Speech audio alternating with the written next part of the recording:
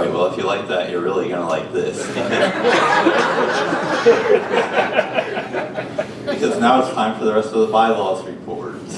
Yay! So again, big thanks to Sergio and Jim for helping out on the committee this year. The overall philosophy of the committee, especially because this is an even-numbered year and we've got candidates to nominate, is we thought there was a lot of general improvements that could be made to the bylaws for people that actually have to use the bylaws. There is really nothing in here that substantially changes the big stuff. So it's just, we took an eye to some just operational efficiencies and streamlining. So hopefully that means there won't be too much debate on this, but I should know better than to say that. All right, proposal one. Oh yeah, we've got the QR code back up there on the screen, so. And thank you very much to Chase for bringing out That would paper actually copies. be Emily. Yeah, thank Emily for doing that. Thank you very much. Everyone got the QR code if you're going to scan it? Wait.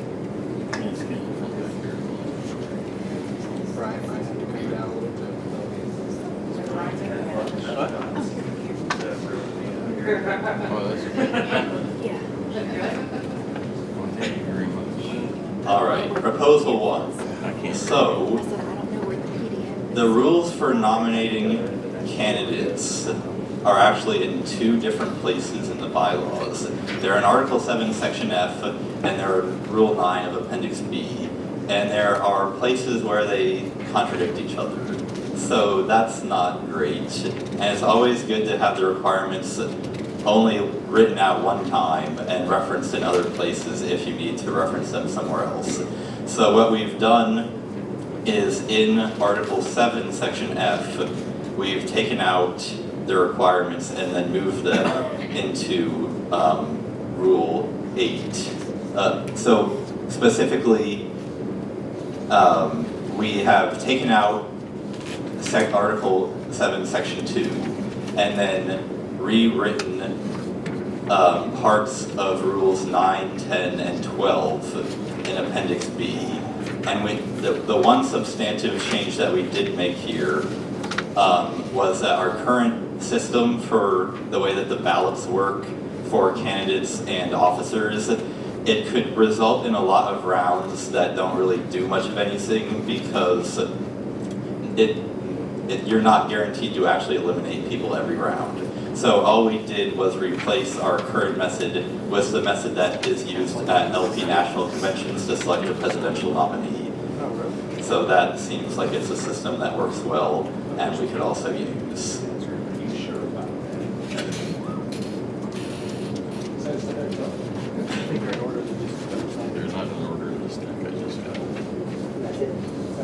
Yeah, that's, I will move to adopt this proposal on behalf of the Bylaws Committee. Perfect. We have now. I mean, it had been 8 minutes before, but it is 8 minutes for debate. So we have 8 minutes, no amendments for these 8 minutes, speaking for and against. So I will open up the floor for debate without amendment.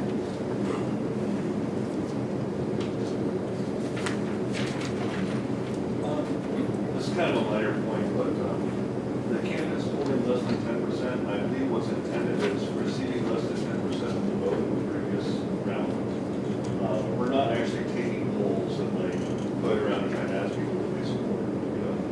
I just would think that the wording could be slightly better.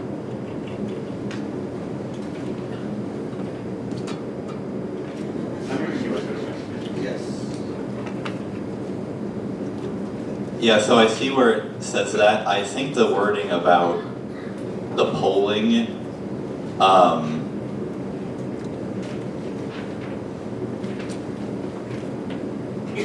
It's a poll, not a percentage of the vote. But you can, we can just amend. if that's important to the body that we not use the word polling, I think polling is a synonym for balloting, so not sure how big of a deal that is, but if people feel strongly about it, we can change it. We have to vote now. Yeah, so If if there's, No. no, not on the First, current. vote down. Right. Yes. Where is the appendix B that's referenced here? It's Appendix B of the bylaws. So that's an existing appendix, not an appendix to this report? Yes.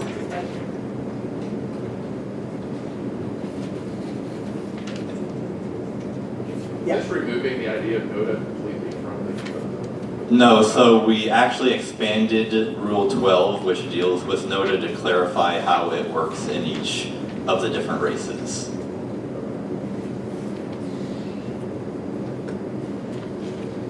So just remove that paragraph.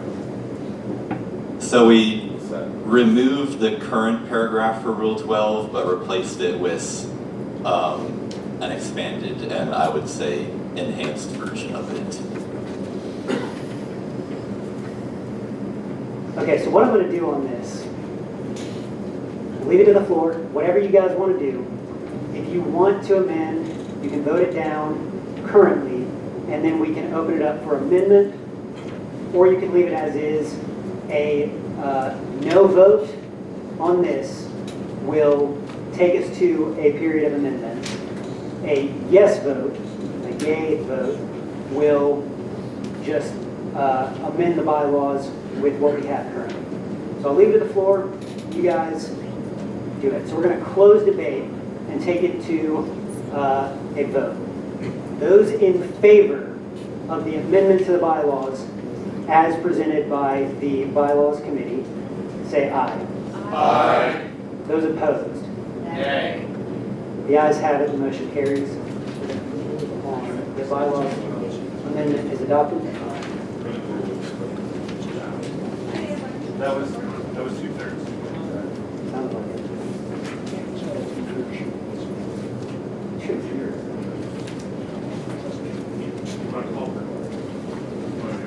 Do you feel strongly enough to do a division?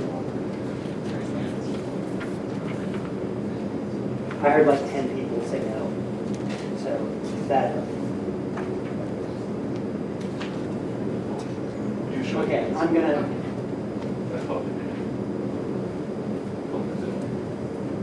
call for division. Okay, those in favor, please indicate so by raising your hands. Favor of this. Yeah, this bylaw. What you just voted. You said yes last time. Raise your hand. Okay, y'all can lower your hands. Those opposed? 6, 7, 8. Okay, the ayes have it, the motion carries. So I will say you can tell two-thirds by voice, but All right, proposal 2. So there are currently 2 places in the bylaws that give requirements for being eligible to serve on the executive committee. So in Article 4, Section I, party membership, currently you must have been a member for at least 90 days. And then in Section K, you also have need to have been a delegate to at least one prior convention. Now, at last convention, we changed our seasoning to be 360. It had been 367 days. We changed it to 180. And we think it's kind of weird that the seasoning to be on the XCOM is now, it is still half of the seasoning to even be a delegate. And also, this requirement to have been a delegate to a prior convention would be really hard to enforce, because if someone says, hey, I was a delegate in 2006, we don't really have any records to say whether you really were or not. So we just wanted to harmonize the requirements for being on XCOM with the requirements for being a delegate. So we're increasing the seasoning from 90 days to 180, but taking away the requirement to have been a delegate to a prior LPGA convention. So on behalf of the Bylaws Committee, I move to adopt this amendment to the bylaws. is there any debate? Yes. amendments. The reason we had it at 367 days is so that someone could show up to a convention so that the body could sort of vet that person for membership.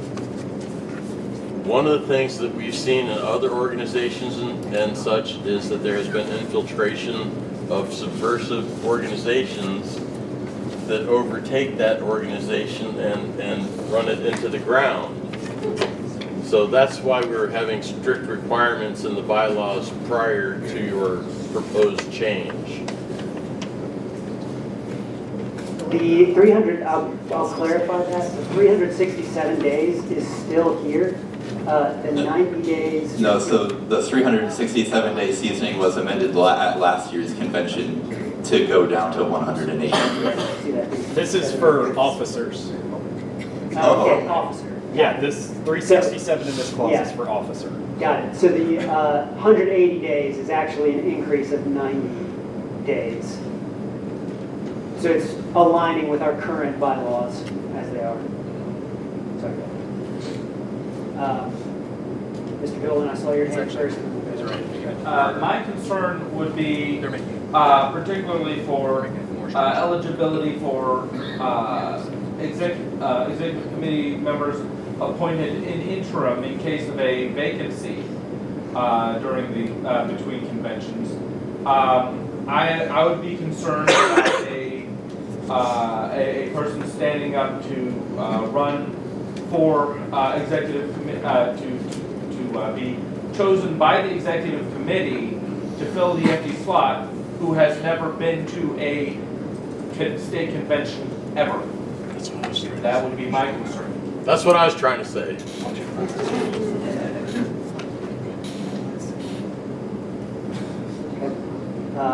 Mr. Craig. Yeah, I just want to clarify, we're not really debating whether or not we're going from 180 back to 365. Right. The debate is just changed really about if you served on a convention before or if you're going on XCOM. That's all this is really about, right? I mean, it's actually making it harder to get on the XCOM, not easier, correct? So it's increasing a requirement that's really easy to enforce and taking away a requirement that's a lot harder to enforce. So we're increasing the seasoning from 90 days to 180, but taking away the requirement to have been a delegate to a previous convention. I have a question here.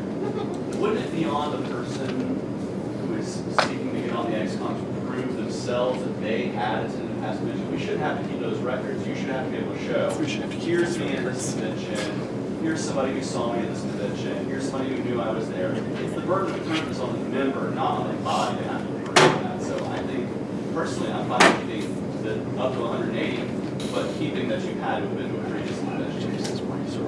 I would like you to at least, have been to one of these before you join the internal governing body. I think that's I would want to amend that, so I would urge to vote this down and let's amend it to 180 days and keep it at last convention. So I've got 2 quick points. One, the wording there is very similar to what just happened in Colorado, where because there's not the 180 days, it just says 180 days, it's any 180 days, which means you have the same problem where someone has been a member 30 years ago. So we should probably amend that to the 180 days for it. Right, which means that if I was a member in 1998, I'd have 180 days from 1998, and maybe I might have gone for, right. Yeah. Because it is prior to this convention. If you do the 180 days prior, it's the 180 days that you'd like to do this convention. Right. Right. Can I make one more? On Chase's point, I definitely see where Chase is coming from, but the problem is, for instance, like, let's say that I just moved to Georgia, but I've been serving as a treasurer in my state for a decade. I could be very qualified to fill a position with the XCOM that's not based on whether or not I know Georgia's specific situation. But voting at the convention means that I need to know Georgia's situation. And so I personally think that it's fine to have a shorter thing to serve on XCOM than to serve Delhi, because you're voting on people here, which you may not know, but you already know how to be right. Right. What is one thing? Very well taken.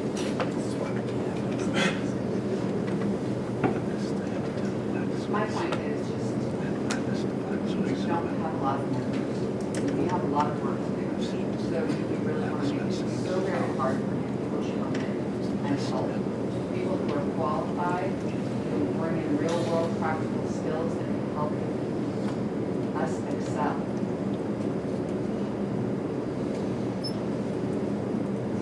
We're coming up on the 8 minutes, so I'm going to let everyone know that. If you've spoken before, I'm going to let you speak again.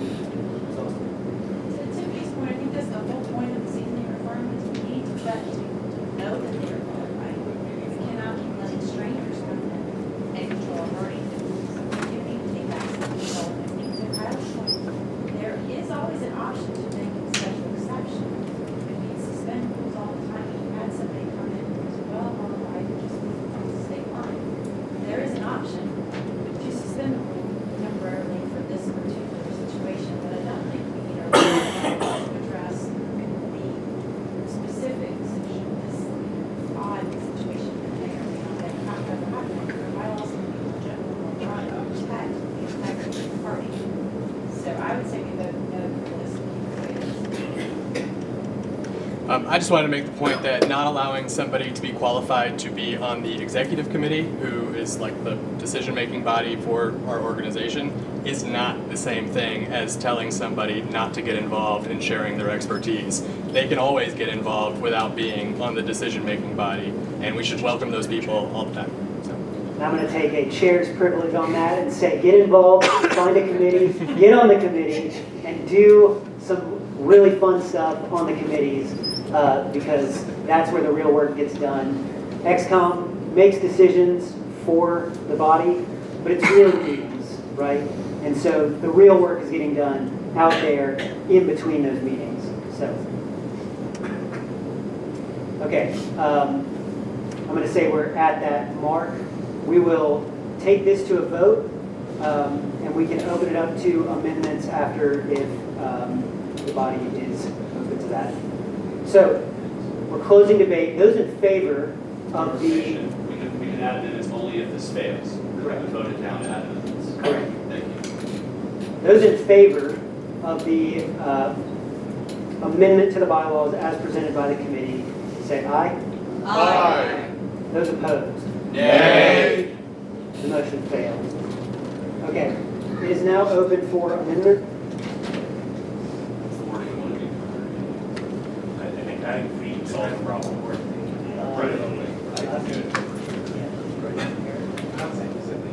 It's not going to shift. Why did I ever say that? Why did you ruin her everything? We all know that's never true.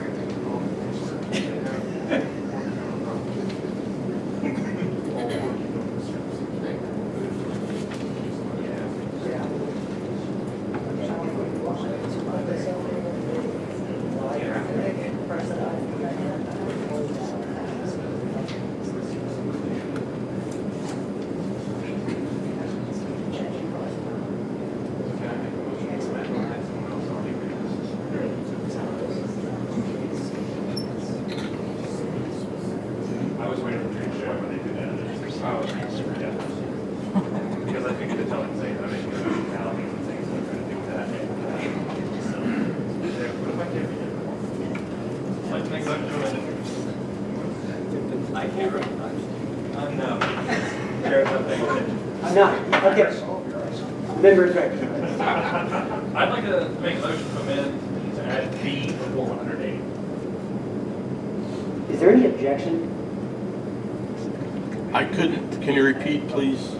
I would like to add the word "the" before 180 days, so that it's clear that it's the half year before the convention and not any 180 days from who knows when. My only objection is that we should also add the before 367 for the officer candidates. Tell you what. Although I find that- Can you withdraw and make your motion again? There's no Yes. second, actually, so I need to get a second. I would like to make the motion for "the" before 180 and 365 days. The exact time statement. Clarification Okay. 367. Is there a second? Second. Okay, the motion is on adding the before 180 and the before 367. Is there any objection? Hearing none, the amendment is adopted. We are now back to the bylaws proposal as amended. Did you want to remove the strike through? You had mentioned you don't like the strike through. Did you want to remove the strike through? I would like to move to restore the struck through We don't text. approve. All right, to amend the proposed text so that the qualifications to serve remain, section K remains. Mr. Dolan, would you be amenable to moving the text of section K into section I? I would be very amenable to that idea. Second. Then I revise my motion to move the struck-through text, unstriking it, into the section with the resident.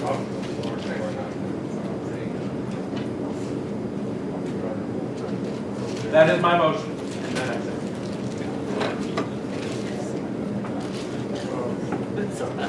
Definitely not to be.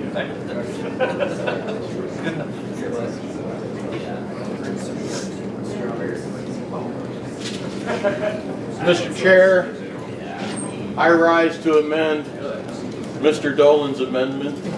Okay, give it just a second. We're going to wait for this to show up, and then be a second, and then we'll What's that? Yeah. Just take out. All right, Must so have been what I like have done most here of it. is, all I did was leave out the text that would be duplicated if I moved literally the entire thing into section I. So let me read out what section I would read as my best interpretation of Mr. Dolan's motion.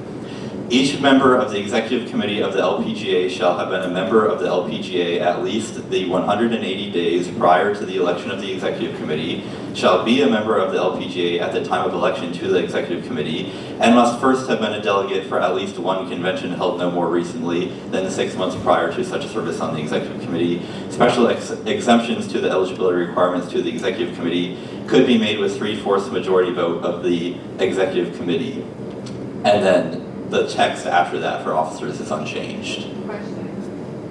Doesn't that really mean that I have to be a member for 400 and something days? Because to be a delegate the previous year, I would have had to be a member for 180 days prior to that. Well, we can suspend that requirement for delegates. So it's like a, so it's a rule, but it's not a rule, I think. But the mapping method. So the minimums is basically, even with the suspension, you have to be for 180. Even if we suspend the delegate requirement. But if you have the delegate requirement, not suspended for every convention, then, yeah. Yeah, if we allow it, yes.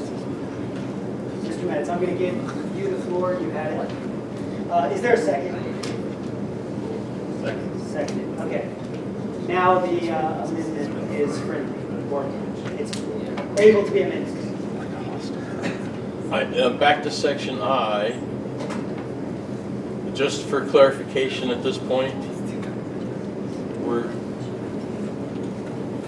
what was read was 6 months in place of the 367 days. Did I hear that correctly? The 367-day requirement for officers is not being changed. It's changing the 90 to 180. Correct. But then, when he was reading the amendment, he said 6 months, and I was confused. So that's for members of XCOM that are not officers. That's the only part that's being changed.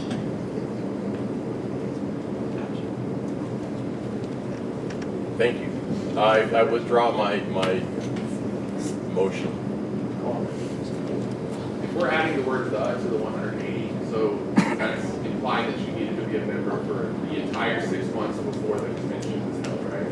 That's correct. So what happens if your membership lapses sometime in that 6 months and you immediately renew, but you only have 179 days? Is that, I understand the spirit of putting the in there, but maybe specifying 180 days of the previous year or something like that, so that 1 or 2 day lapse for you to go put a credit card on the website that doesn't tell you when your membership lapses? As the person that would have to calculate that, please don't do that. It says tough beans. Clarify on that. The way national membership works, which they don't advertise well, and the way it gets calculated, which doesn't get advertised well, is when your membership lapses, it counts by month. So like, you have until the end of that month to renew. So unless you bought in on literally the last day of the month, you're gonna be fine. Always as a body, if somebody had that happen, then we could, as a body, admit somebody who had a clerical error. We have to fix that.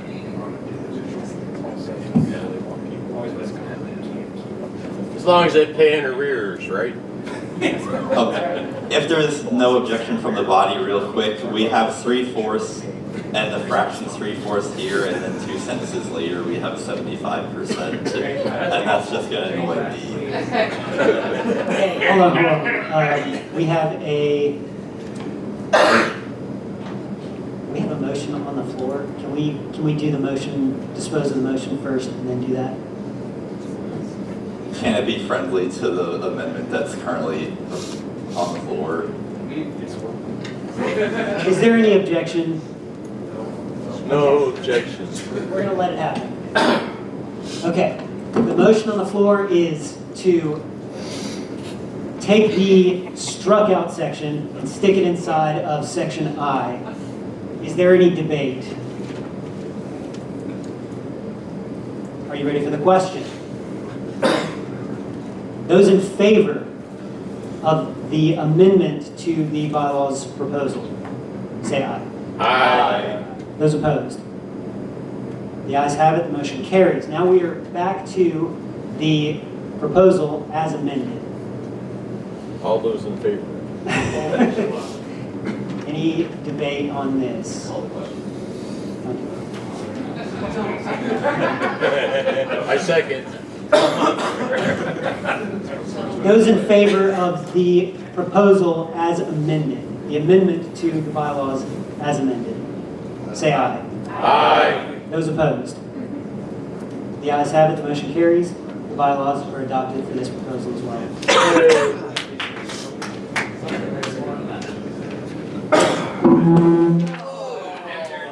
Turn one of those off.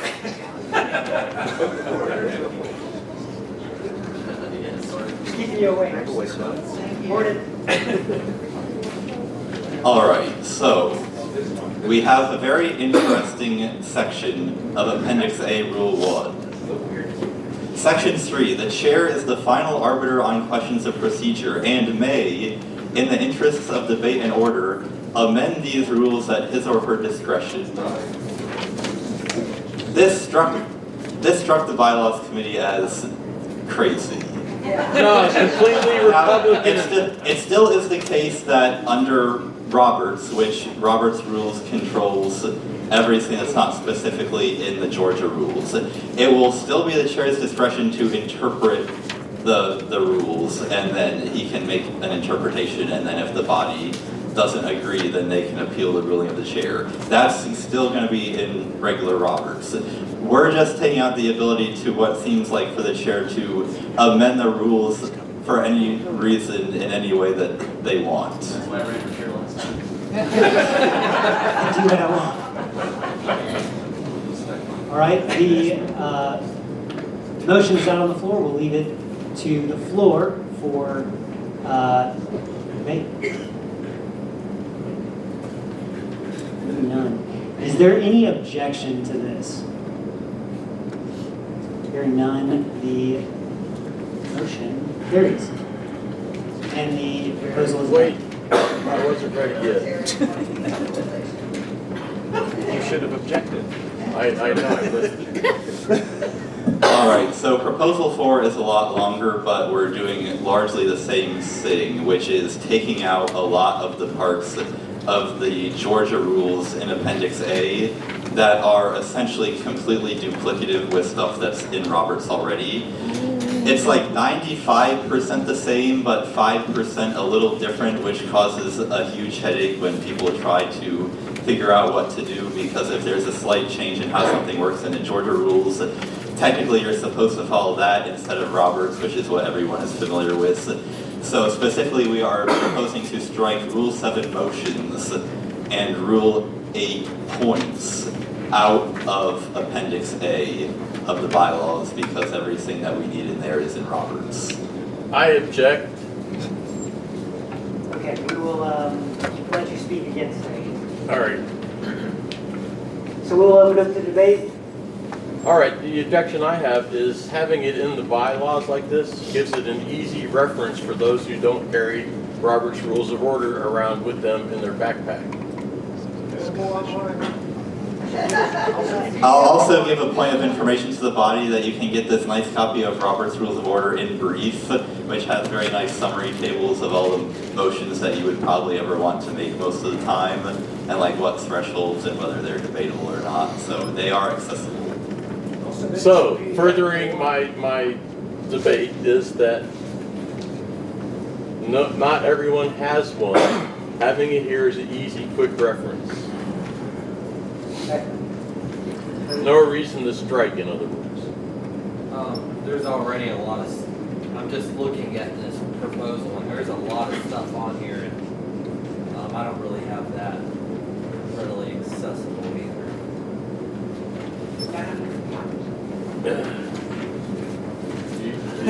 You do?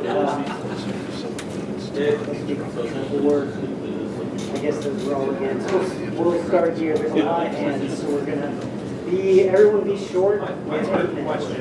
Okay, question first. How many pages are in that letter? In brief, the full one. I've got, including the indices, 714. We're not adding 720 pages to our bylaws. I'll speak the motion for just a couple practical reasons. One, bring us in line with Robert's rules makes it easier that we do need to have a parliamentary interpretation of our bylaws. It's somebody who's well referenced with Robert's rules and not our slightly different 5% different rules. I also argue that, it's not that much of a change. All this does is just bring it more streamlined, more easy for parliamentarians to understand if they ever have to interpret things here. And the bylaws of the Libertarian Party of Georgia are about as accessible as the Robert's Rules of Order. I just think this cleans it up, streamlines things, and we don't have to be special just to be special, y'all. We can all work within the rules that many organizations work within. And I have had a slightly 5% open.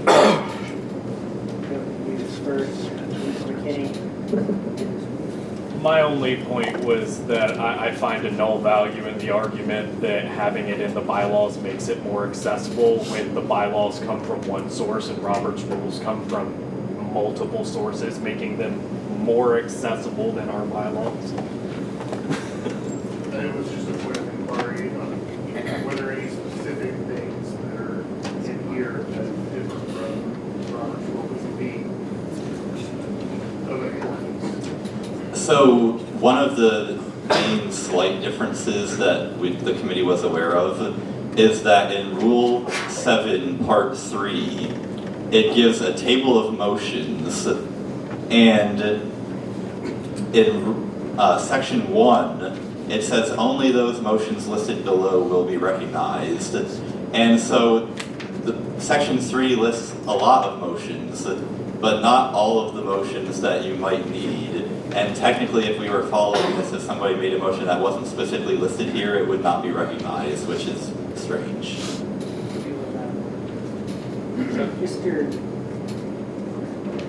Yeah. I think the rules were put in place to kind of simplify and streamline and make things go faster well before even my time here. But as many things go with Robert's rules in general and running these meetings, every time you try to make things go faster, you tend to make things go slower. And so I definitely agree. It's like overcomplicating it by simplifying it. If you just use the standard one, it'd be just fine. So I support this. As far as accessibility, Emily has printed off Robert's rules guides herself. She's provided. It is certainly within the capability, I would think, of whoever is organizing a convention to provide handy documentation without having to include it in the bylaws. That's just my thought. Like, I have basic procedures, it's 2 sheets, or it's 1 sheet of paper. Yeah, just let me point of information, like, there are readily available online little cheat sheets that you can get for common motions that we have in these, this appendix, so it's very easy to find. Is there any major differences to like the voting threshold or time limits or anything like that that would affect anything if we just struck this way by the default? Rules 7 and 8 do not contain any voting thresholds or time limits that are not what are in Robert's already. Okay. I will withdraw my objection. I just have a question. Robert's Rules of Order can change, there are different versions of conditions, right? So how do we decide which version we're using? Do we need to reference that? I believe the bylaws say the most recent version. So that's how it's So the handled. bylaws themselves do say that we go by Robert's Rules of Order version, whatever, as a default. Well, it says current version, so Yeah. you're a developer, you know how bad that goes. But that's But pretty was standard across the that board. procedure referenced elsewhere in the I'm not bylaws? gonna like release a break and change.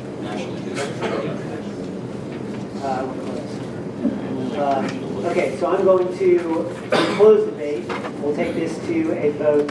Those in favor of the proposal, say aye. Aye. Those opposed?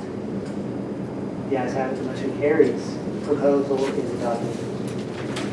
Just have to talk about it first. Yeah, well.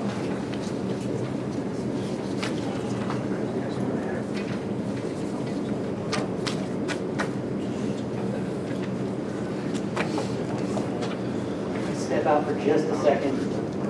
All right, you can't really see all the text on the screen there, but for anyone who was at the convention in 2024, we amended Article 8, Section B, so that you couldn't amend the section of the bylaws that says that Article 2, which is the statement of the principles and objectives of the bylaws, you can only amend that with 7/8. But the part of the bylaws that said you could only amend it with 7/8 was in a different section of the bylaws that maybe you could have amended with 2/3. So we specified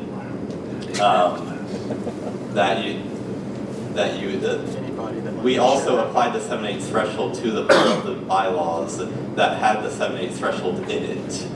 But then the Bylaws Committee realized the same issue also we have with the statement of principles of the platform, which also takes 7/8 to change, but the requirement of the 7/8 is in a place that doesn't require 7/8. So we're just amending Article 8, Section B to say, I'll just read the full text of what it will become. Article 2, principles and objectives shall require a 7/8 majority of the delegates present and voting at the annual convention. This threshold also applies to amending, and this is a new part, the statement of principles of the platform in accordance with Article 7, Section 1, and to amending Article 8, Section B, which was the change from 2 years ago. So I will move to make this motion on behalf of, I will move to amend the bylaws in this way on behalf of the the Bylaws Committee. Okay, we will now open up the debate without amendment. Would anyone like to speak to the motion? Point of information, so this will make it more difficult for someone to change our statement of principles as a party. Yes. There we go, that's all I need. Would anyone else like to speak? Is there any objection to closing debate? No. Hearing none, debate is now closed. All those in favor, please say aye. Aye. Any opposed? This motion passes.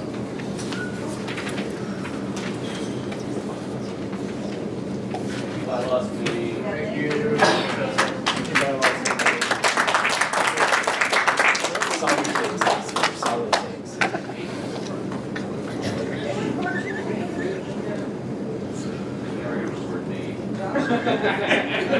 Non-libertarians are not arguing over control work.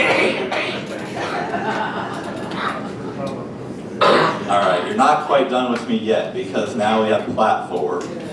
So I believe the platform is available on the website using the QR code there on the slide, and there may be paper copies of it floating around as well.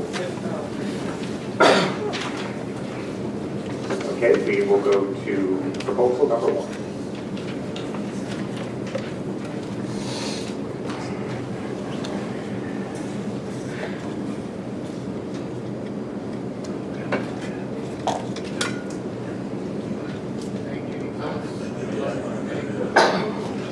Yeah, so while we've got people scanning the QR code, I'll just give some introductory remarks. Thank you to William Richards and Tom Blooming for serving on the platform committee this year. And I'd also be remiss if I did not acknowledge the work of last year's platform committee, because all but one of the proposals that this committee adopted were the proposals from last year's platform committee that we didn't get to. So we figured there is no need to reinvent the wheel, so thanks again to that committee and its chair, Christine Austin.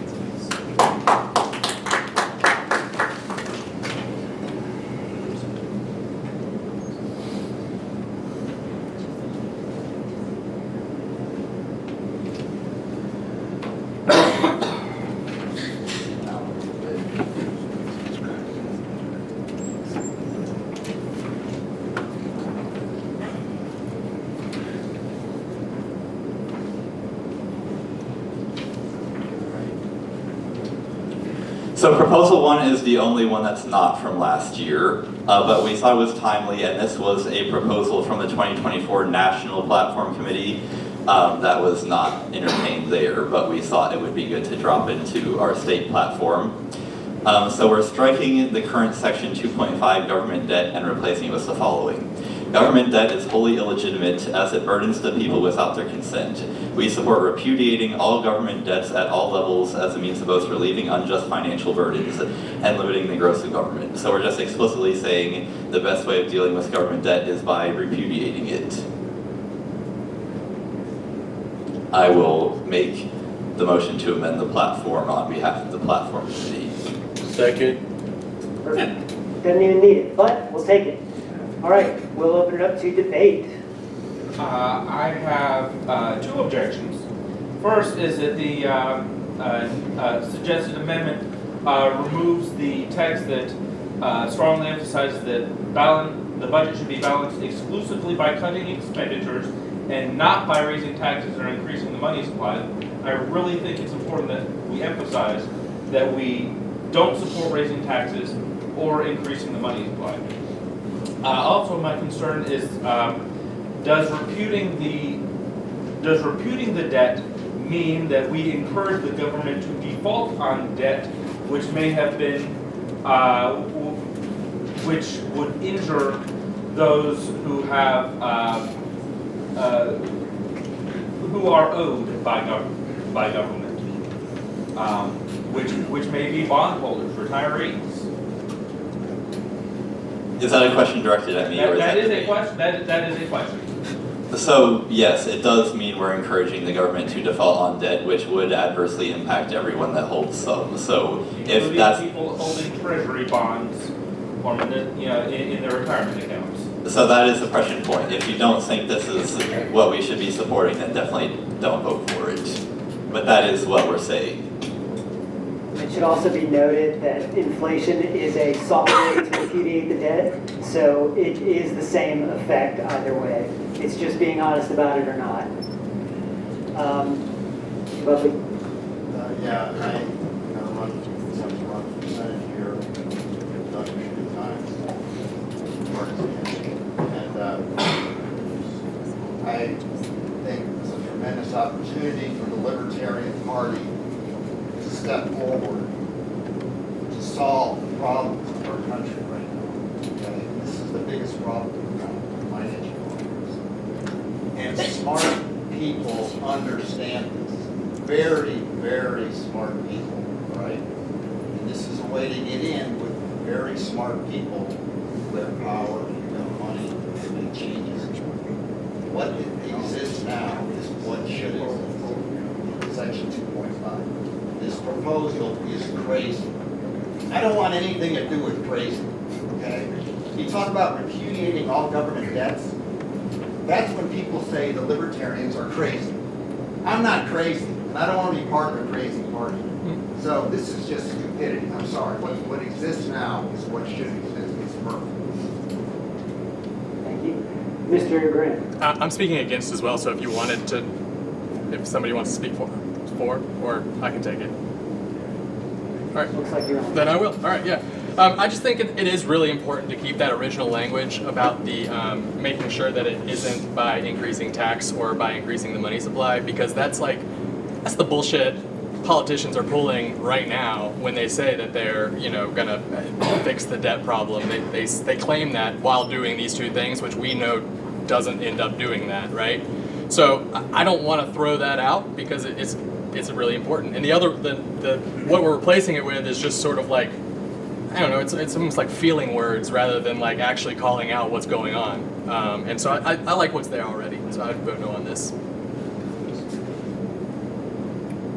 To Mr. Dolan's points, in regard to the government defaulting on debts owed to bondholders,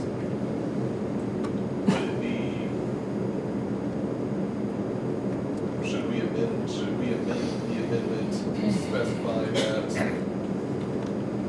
that those who hold office, as well as federal or state local employees, should pay the debt themselves? Because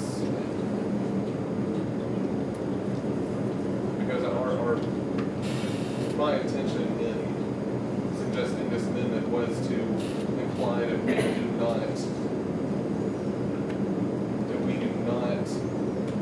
we are not in favor of passing on the debt to the taxpayer.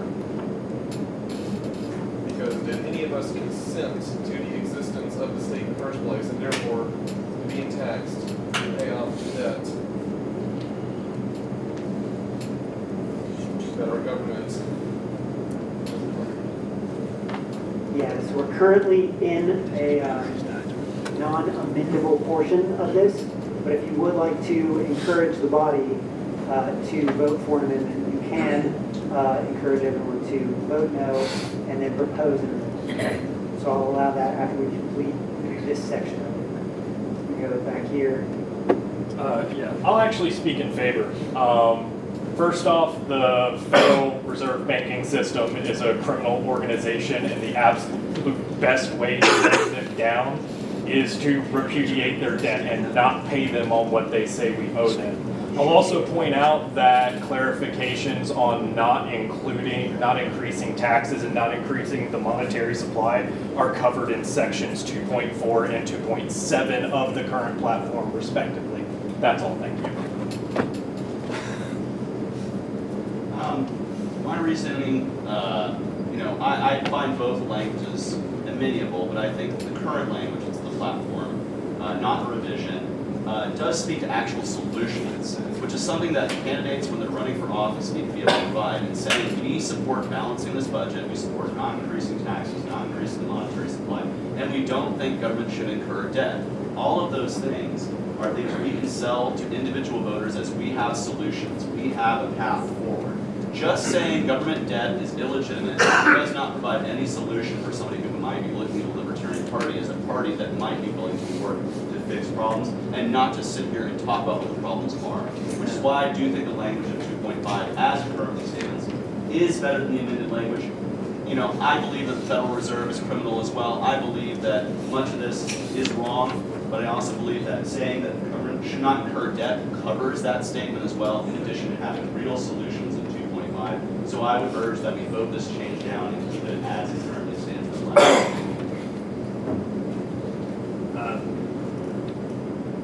I actually think both languages suck.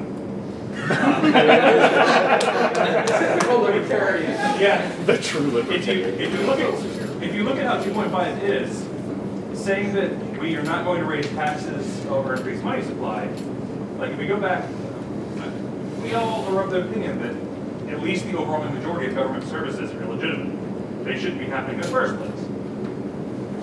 If they do happen, we've seen historically where taxes came from originally and how they're supposed to be used. Taxes are intended to favor things like if we are forced into war to defend ourselves. So if we can't raise taxes in the event of a war, that's not a good amendment, because if suddenly the country goes bankrupt because we got attacked, that's a problem. On the other hand, if we say we're not going to pay any of the debts that are there, suddenly that unjust burden does get passed to other people. But some of those other people have also bought into the broken financial system in the first place. So who are we protecting here? What is the purpose of this platform plank as a whole? If the goal is government debt bad, we're going to fix it in a worse way, or we're going to fix it by a worse way. Those are both bad. I just wanted to say to Chase's point, I literally just found this out by Googling it. Debt repudiation is a technical term for, like, basically saying we're not going to pay this, right?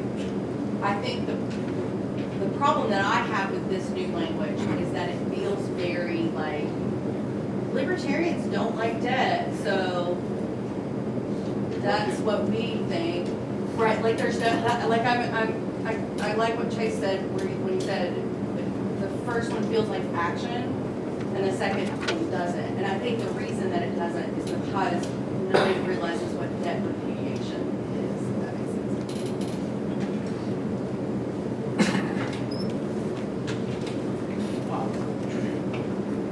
I'm going to speak against this for similar reasons to what Chase raised and what Alan Buckley raised.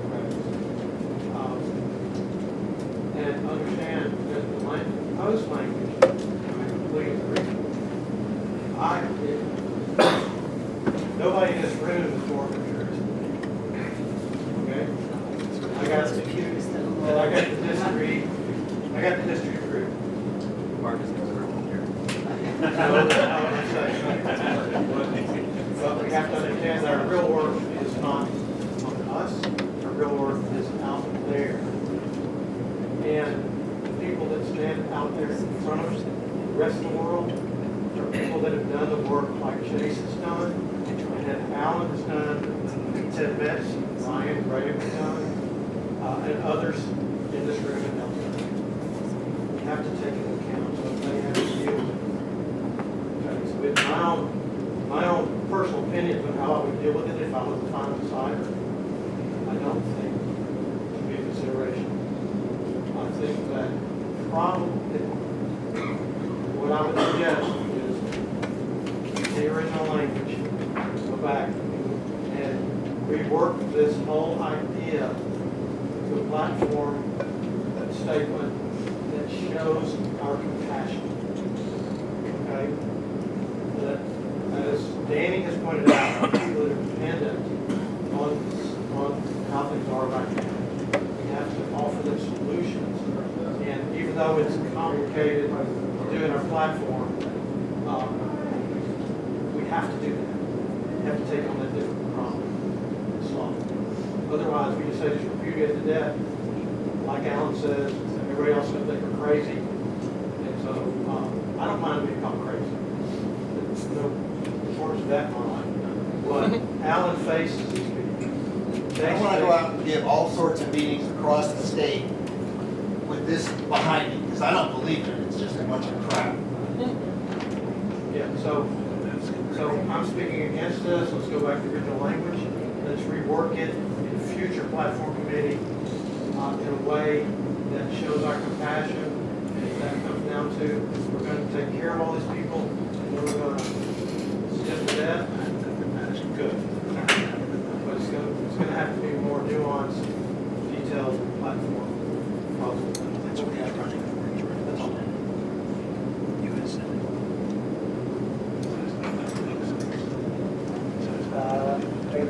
gonna call the vote. Call the vote. So that- Okay. Yeah, I was gonna ask if there's any other debate. It seems pretty clear how this is gonna go. I just like this. Tell you what, let's just close the debate. We'll see that. Those in favor of the proposal as shown, please indicate so by saying aye. Aye.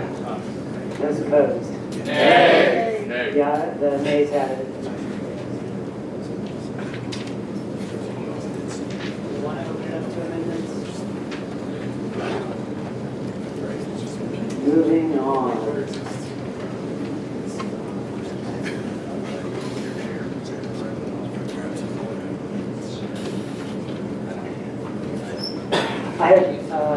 I've had a request. The calling the question or moving the previous question is a very valid motion, but if there is no debate on the floor, if there's nothing that anyone is saying, if you call the question, then we have to vote on closing debate. And then we have to vote on the actual motion itself. So it actually takes us more time to do that than just closing the debate. So you can, if you don't want to call the question, you can nudge me to say, hey, it looks like the debate is over. So maybe if we were done, we could be done. So that is one way, or I can just close debate. And then we can just move forward with it. Also, if we hit our time limit, we immediately close debate and then move forward. Point of order. I believe according to Robert's rules, the debate is supposed to go back and forth between pro and against. If you were to enforce that, it would become quickly evident that there were no more pro or no more against debates. I think that would wrap it up. There's no reason why people keep arguing for the same side. Proposal 2, this is a modification to Plank 3.1 National Defense. We would be changing it to say, the United States should avoid entangling alliances and attempts to police the world. We oppose any form of compulsory service, including the draft, and condemn military actions that unjustly endanger lives, especially those of civilian non-combatants. We support a non-interventionist national defense of the United States against attacks.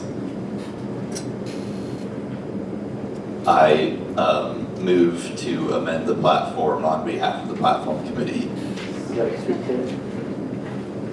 No. I have no words. All right, I will open it up to debate.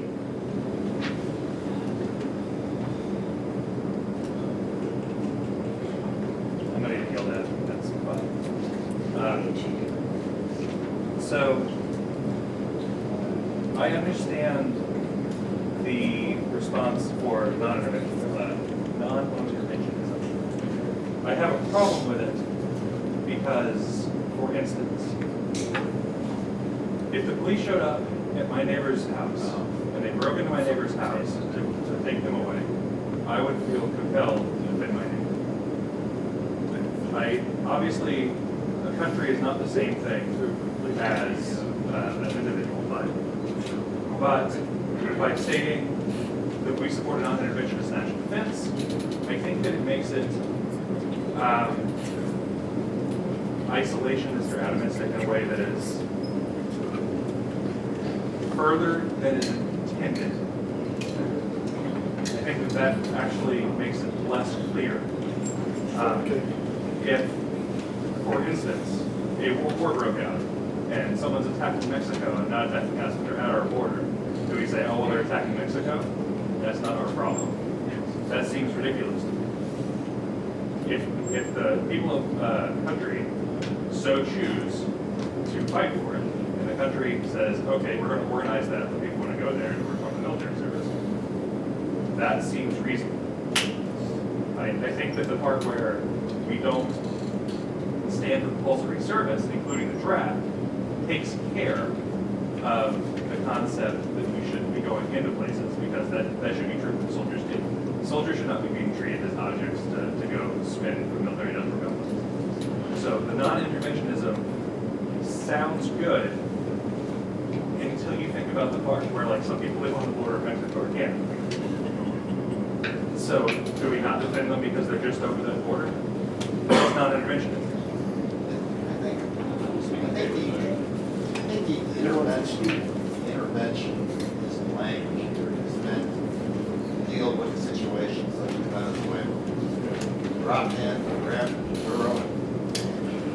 That's different than the situation of intervention where we need to do something to defend ourselves.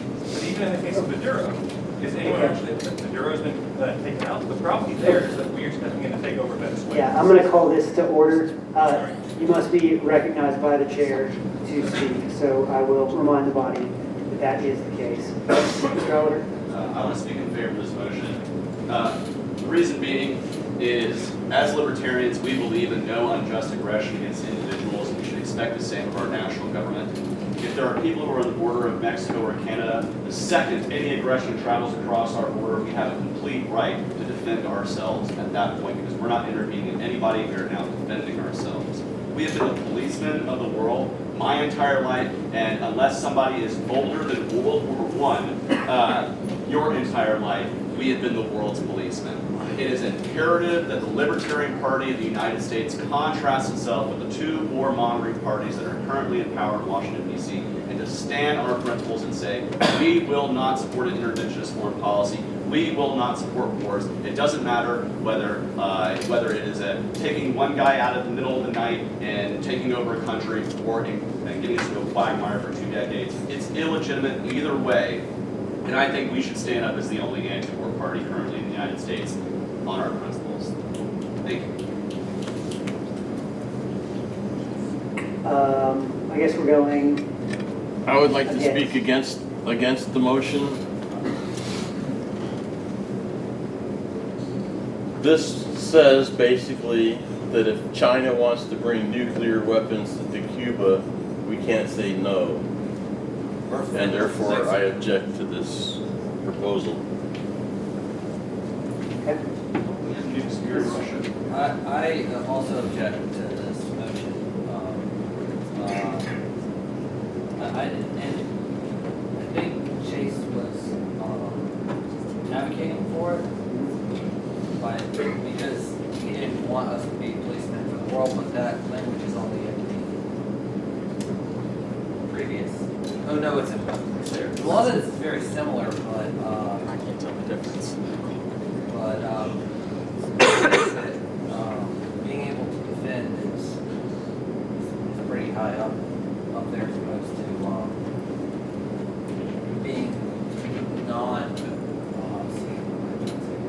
Proactively yeah. engaged in security, Yeah, our welfare.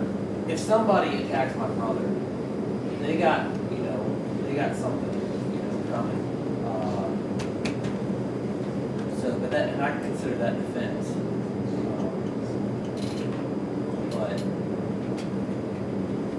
or if I was attacked, I guess. But yeah, I'm in support of keeping the papers. So I'll speak in favor, mostly just because I'm hearing a lot of straw man arguments against that if we were to allow nuclear missiles to show up in Cuba, that this platform would stand against that. Absolutely no, it doesn't. Mostly because China's not a defense adversary. They're an economic adversary, sure, but I think that goes back to the idea of policing the world. We should let China put nukes in Cuba if they want to. And what we should do in response is bolster our own national missile defense system if we feel that that's a threat to our safety. I think this language of this change is worded great, that to support a non-interventionist national defense of the United States would be just that, not going elsewhere to establish our own well-being. Do it here at home.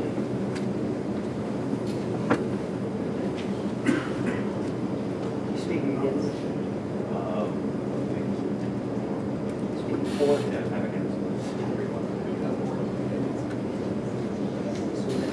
We're going to go to him first, just because. All right, so I'd like to remind everybody that, you know, when they say interventionists, oh, we need to be here, almost every war for the last 150 years was started on lies. You know, back from, you know, the Bay of Havana, Vietnam, you know, seeking of Lusitania. We get into wars because of lies. To be in a war is to not be, you know, led like sheep into wars we don't need to be in.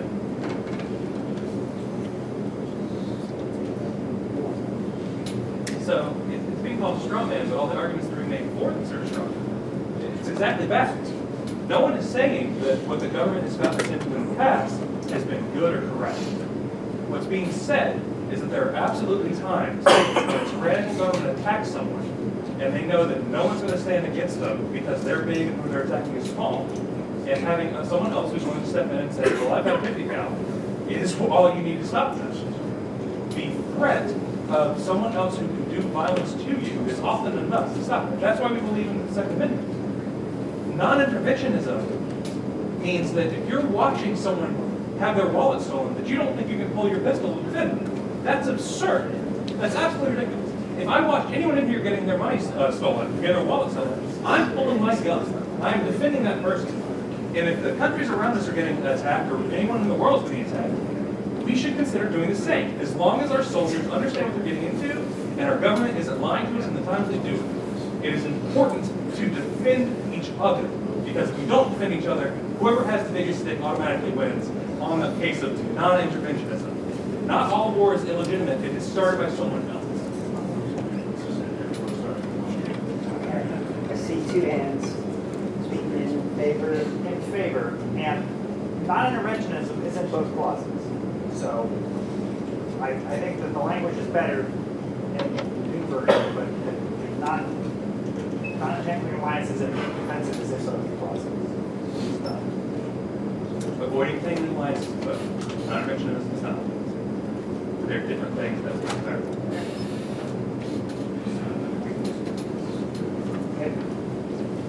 I mean, I'd like to speak in favor. So, for one thing, the proposed language is stronger. I think that is necessary for what might be one of the, if not the biggest issues of our time.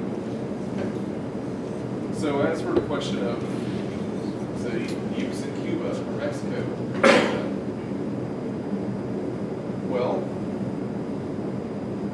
what's to say that doesn't constitute national defense? I mean, maybe that's debatable, but so long as we say that we do support national defense, I don't think that implies ruling that out.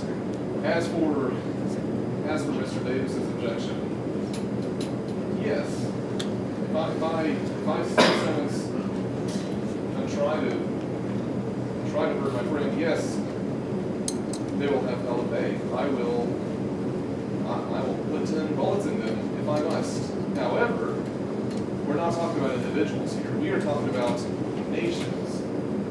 Yes, our soldiers, in theory, know what they're getting themselves into, know what they're signing up for. Assuming non-conscripted, which, of course, but what about the taxpayer? Taxation and inflation.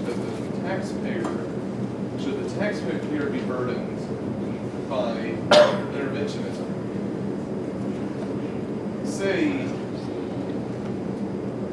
Say Brazil attacks Peru. Okay, that's introduced here. It's a terrible thing. It is a violation of the NAP. But is it not also a violation of the NAP for our government to take our treasure and spend it to defend Peru from Brazil?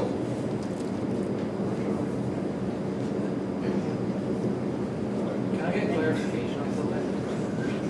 I'll allow it. Okay, this last sentence, is that saying that we should not defend ourselves against attack? No, it says we shouldn't intervene, but we should only defend ourselves. No, we shouldn't. Non-intervention. It says that we support non-intervention defense against attacks. Yeah, meaning we support being able to defend ourselves against attacks, but not offensively intervening in other nations. We can still have a defense. I read it as non-intervening Sorry, to it's not defend recognized. against attacks. I'm going to give preference to our committee chair. So, just listening to the discussion, I definitely still would support passing this as is, but I wonder if to alleviate some concerns about, what happens if something happens really, really close to us, does this platform mean that we can't support doing something about it? I would say even as written, the phrase there at the end, non-interventionist national defense, still doesn't mean we literally could never go outside of our own borders for any reason. I don't think it means that. But I do wonder if this fails, if people would be interested in adding some kind of explicit endorsement of issuing letters of marque and reprisal for handling these sorts of cases, where it's people really want to go in and prevent some kind of bad thing from happening, but we don't want to send the full force of our own military.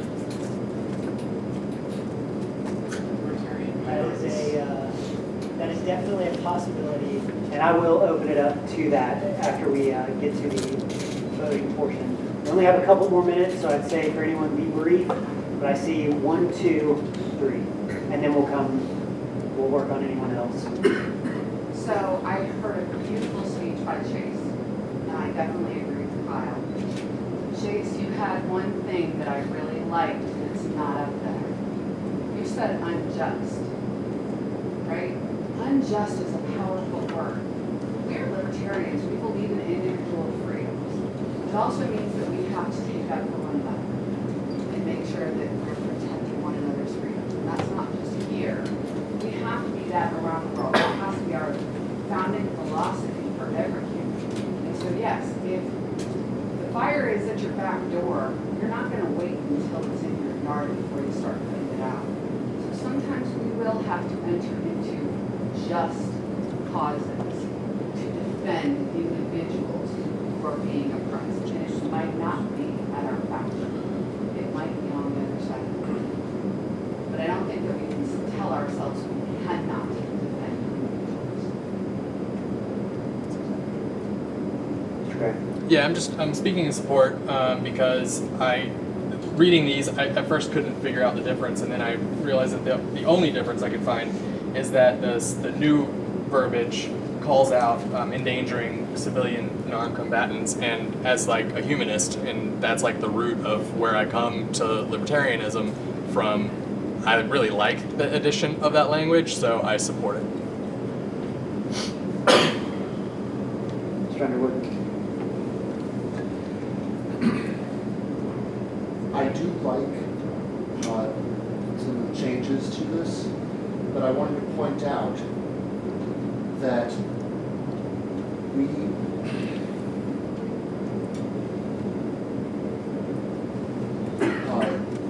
non-interventionism is not the same as isolationism. We're still, supporting free trade. We still want to be involved. We can still do negotiations. The idea is just that our default position is neutrality in armed conflict. We absolutely can make exceptions, but the default should always be that we do not involve ourselves in conflicts with others. All right, that concludes our time. So this will go to a vote.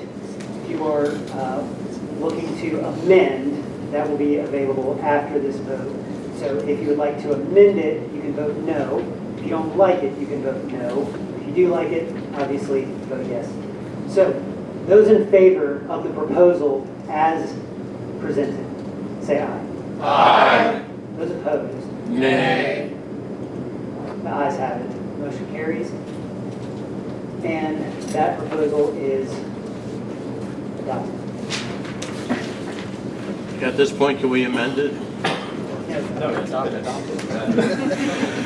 If you want to do 2/3, you can reconsider something previously adopted, but only if you voted in the opposite direction. I believe the body and proposed Yes, in other business. No, at the end of the, if there's no time at the end. Okay, got it. And it would still be a 2/3, but it would be reconsidering something, which has the same effect as a bylaws, so it's 2/3 either way. All right.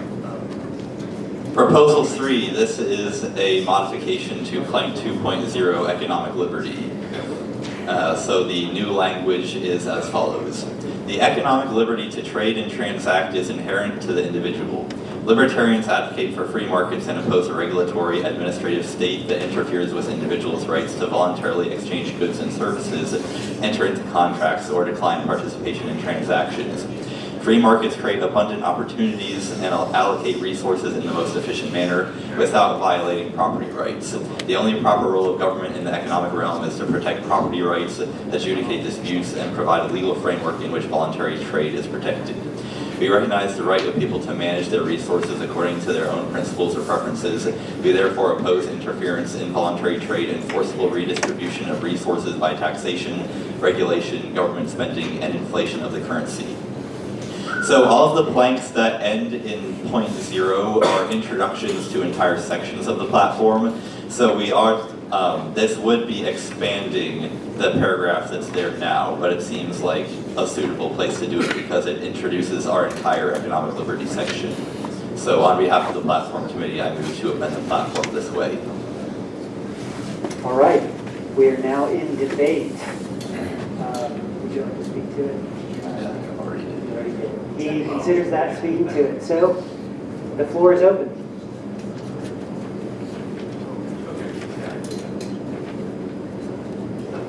I would speak in opposition to this amendment purely for the fact that the market as it exists is not truly free and is run by massive swaths of individuals who control massive parts of the market, and that a platform of our party should be returning economic viability to individuals and taking it away from conglomerates and corporations that seek to set the rules for the rest of us. Okay. Mr. Nolan? I would counter that by saying that the platform point does not say that we advocate for the market as it is, but for free markets. And that part of the reason that the market as it is not free is because of government efforts which in support of particular conglomerates who are buddies with the politicians to redistribute and restrict and do all of the things that you object to. So therefore this, as I see it, this supports moving for a more free market. May I respond? Yes. My only opposition to that is that moving towards a free market is what they claim to have been doing for the last 30, 40 years since Reagan was in office. Every step we've taken that has caused the problems we have now was taken in the vein of making the market freer, removing tax burden, removing regulation, decentralizing authority in these manners. And all of those things did the exact opposite. Instead of decentralizing authority, we've concentrated it into massive corporations and holding firms and private equity firms that own upwards, like State Street, Vanguard, and BlackRock own 83% of the market collectively. Like, we have concentrated, it is no longer a free market, and all of these regulations that we're proposing with this plank would further the goals of allowing these people to take more control.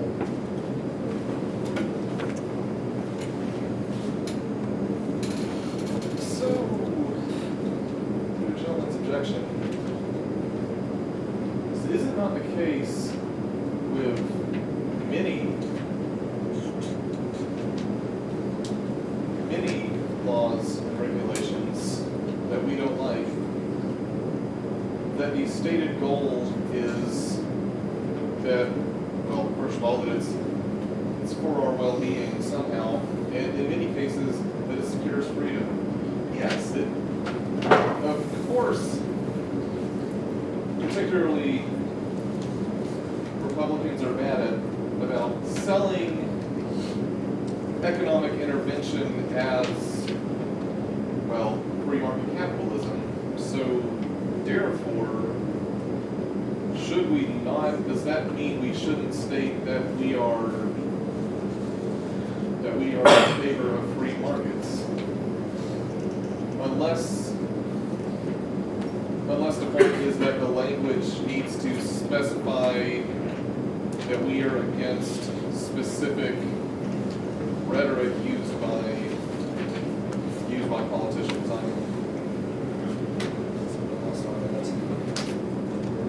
I think what I'm trying to say is that the idea of free market policies are what got us here, and that economic interventionism isn't the answer for that. However, I take issue with the idea that I don't think we should regulate individuals economically, but businesses absolutely. Okay. Reminder to the body, must be recognized to speak. Oh gosh, there's a lot. We'll start here. I saw a hand over here. I just wanted to reiterate Zane's point that this proposal is changing the introduction to the giant section of the platform on economic liberty, which you can find at lpgeorgia.com/. Platform, I believe. Slash platform, I think is the one. So, It seems like the debate that's happening right now is less about the wording on the screen and more about just the general idea of whether or not libertarians are the real free market party and whether the Republicans have taken over that language and whether or not we should use the language that they use and corrupt it. Yes, one of the things that we've had in the past here in this state, I don't know if you remember, there was a pipeline that got hijacked by some internet terrorists, and we were there was a shortage of gasoline. Joe Biden went on openly publicly said, we've got to stop against price gouging, and that's price fixing. And that's basically, that happened during the Roman Empire. What happened is their denarii became devalued because the government was spending too much money. They didn't want to raise taxes, and they didn't want to cut any programs, and it became devalued, so they started doing price fixing, and that's the most dangerous thing right now. Because if I'm in a hurricane, like if this happened in Florida, some guy was selling generators and he's charging double when he pays for them, they put him in jail for that. And these are things that we've got to protect ourselves against. We can't have the government, which Joe Biden was doing, fixing prices. He said you can only charge this much. One of the things that they were talking about was fixing prices on toilet tissue during the COVID epidemic. The supply and demand is basic for a free society. If people talk about capitalism, how evil it is, but that's essentially what governs everything. Government should have nothing to do with price fixing. What they do in the Department of Agriculture, they do it in everything. They try to say, okay, you can only charge this much for something. We've got to be able to let the government, businesses or whatever, charge whatever they need to, and if you have a right as a citizen to buy it or not buy it, you can decide, well, this is getting too expensive, I'm not going to pay for that.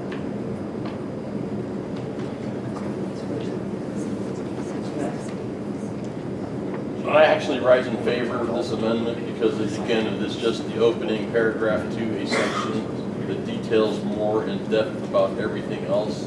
But I would propose the addition of the word after the right of individuals to form any voluntary business entity, comma, or enter any voluntary contract. That would probably fix the whole flavor of what we're trying to do with this particular paragraph. okay, we are currently not in the amendment phase, but if the body is amenable to that, that is a possibility. If you wanted to do that, you could vote no, and then we can make the amendment. I want to speak in favor of this for a couple reasons why I think this one language is improved upon the previous language. First off, that first line, the economic liberty to trade and transact is inherent to the individual. That doesn't mean an American individual, that doesn't mean a black individual, or white individual, like older, it means all individuals. Libertarian rights are universal, and so is your right to transact in a free market. And I think the end really takes care of a lot of the issues that people are talking about. When it says we therefore oppose interference in voluntary trade and forced redistribution of resources by taxation, regulation, government spending, and inflation. It covers our principles very well, but also reiterates that these rights are not given to us by a political party or a political platform. It's given to us by our right of being born into this world. And I think it's improved language, and I would vote for this motion. Someone against? Against? Your answer. Against. I like the original, much more concise paragraph. Also, that last statement, the favor the good population, very bureaucracy, missing in the new version.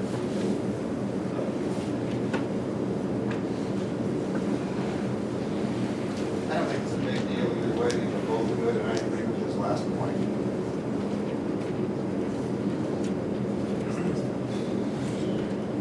If there's no further debate, we will take this to a vote.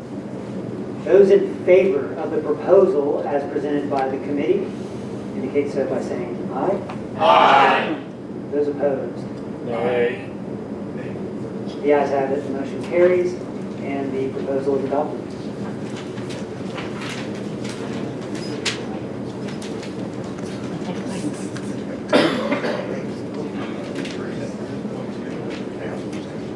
So it is now 12:05, which is around the time that I think people were hoping to have lunch. I am going to make a motion to amend the agenda to place the remainder of the platform committee report at the end of the agenda. I'll second that. Okay. It's been moved and seconded. This is non-debatable since it's suspension of the rules. So those in favor of moving this report, the remainder of it, to the end of business, please indicate so by saying aye. Aye. Those opposed? The ayes have it, the motion carries. We will now have lunch, and then the rest of this is at the... And Mr. Placey has an announcement as well. So I know that some people have trickled in since we started. What allows you to vote, and we're going to be doing a lot of voting when we come back from lunch, what allows you to vote is the sticky name tag with the torch sticker on it. So if you are currently a member, think that you should be able to vote but do not have that, please come and see me so I can credential you in. One last thing. Just a second before you head out. We're going to talk about lunch and the speaker and everything. And we'll be We're going to burn time by option on the calendar. Are we adjourned? No, he said hold off. No, not adjourned. Yeah, if you there's the suspension. Yeah, he said give me just a minute. Second. He said give me just a minute. All right, I'm just going to do it since we're taking the rest of your deadline. What's that? So many platform changes. If we can't vote, if we get QR code with we're getting ready to have lunch. Everybody who's bought a meal package, I believe it was the People's Patriot, was the combo deal. If you got tickets from me already, if anybody has purchased a meal package and hasn't collected their tickets, please come see me at the registration desk, and then we'll get you all sorted out. But the box lunches are only for people who have paid for them in advance. We did get a few extras in case people wanted to buy them last minute. So if you're hungry and you see the great food that everybody else is eating and you would like some, also please come see me as well. But I want to make sure that we get that out. This QR code is for the scavenger hunt photo contest thing. We're trying to gather enough photos of everybody doing fun things so that we can post it for next year and throughout on our social media. So if you would take a moment sometime during this little recess to scan the code and participate in that. Yeah, we're going to go probably, give us like 10 minutes here. Everybody go use the restroom, go get your food, all that kind of stuff. James will be back in here.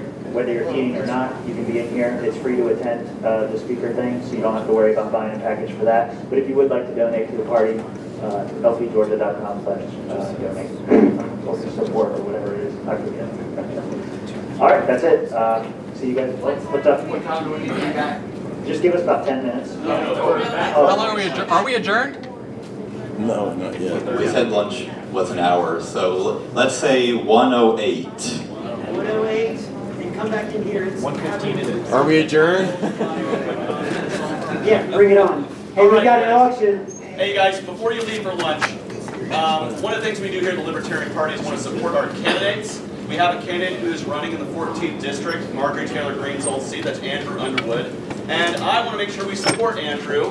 And so instead of just giving him money, because right now he does not have an account set up, he can't take your money yet, but what I can do is auction this year's calendar off and take whatever money I win from it. I promise I'm going to give right to Andrew Underwood, so that way he can start getting his roll off. Now, I got this as a white elephant Christmas gift, you guys. It is a lovely 2026 Trump's Negosi calendar. You can own 12 whole months of seeing those lovely folds in Donald Trump's neck in your office, in wherever you want. These are high quality pictures.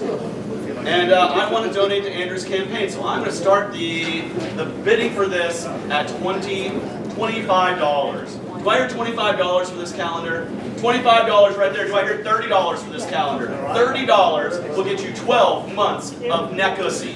Who needs that? $30? Anybody with $30? You're about to get it. Oh, well, that's fine. We're at 25 going once. 25 going twice. Give Andrew $25 and you get yourself a calendar. You have a Venmo or something now? Thank God. Now it's getting on my hands.